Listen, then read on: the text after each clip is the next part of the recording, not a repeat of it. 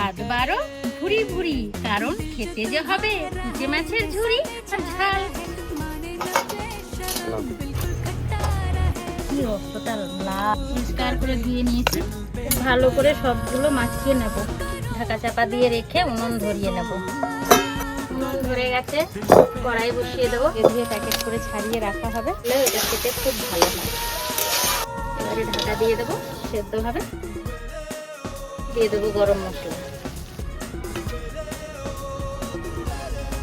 বন্ধুরা, এই যে কুচে মাছের ঝাল তোমরা দেখতে পাচ্ছ। এই ধরনের কুচে মাছের ঝাল যদি গরম ভাতের পাশে থাকে তাহলে মাংসকেও হার মানাবে। তো কি করে আমি রেডি করলাম, পুরো রেসিপি যদি দেখতে হয় তাহলে তোমাদেরকে আমার বড় ভিডিও দেখতে হবে। যারা এখন পর্যন্ত চ্যানেলটা সাবস্ক্রাইব করো নাই, তাড়াতাড়ি যাও, শিগগির সাবস্ক্রাইব করো, কারণ খুব সুন্দর সুন্দর সেখানে রেসিপি আছে। তো চলো একদম বড় ভিডিওতে গিয়ে দেখে ফেলো কি করে বানিয়েছি এই রেসিপিটা।